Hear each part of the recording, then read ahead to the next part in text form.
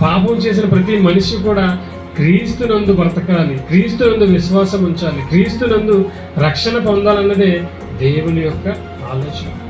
అందుకే భవిష్యత్తు తెలుసు దేవునికి, తెలిసిన భవిష్యత్తు తెలిసిన భూమి మీద ఎందుకు పంపిస్తున్నాడంటే ఆయన భవిష్యత్తు తెలుసుకుంటాడని, తెలుసుకుని మారుతాడని, తెలుసుకుని మారు మనసు పొంది ఇదిగో దేవుడున్న లోకానికి వచ్చేస్తాడన్నది దేవుని యొక్క ఆలోచన ప్రకారం. ప్రతి ఒక్కరు క్రీస్తుని గురించి తెలుసుకుని క్రీస్తునందు విశ్వాసం ఉంచి క్రీస్తులా జీవించి దేవుడు ఉన్నటువంటి ఆ మహాలోకానికి రావాలన్నది దేవుని యొక్క సంకల్పం. అందుకే వాడు తప్పు చేస్తాడని తెలిసినా, వాడు పాపం చేస్తాడని తెలిసినా ఈ భూమి మీద ఎందుకు పంపిస్తున్నాడంటే వాడు పుట్టుక పరమార్థాన్ని తెలుసుకుని ఒకవేళ మారుతాడేమో అంటాడండి అన్నమాట. చూడండి అపోస్తలుల కార్యాలు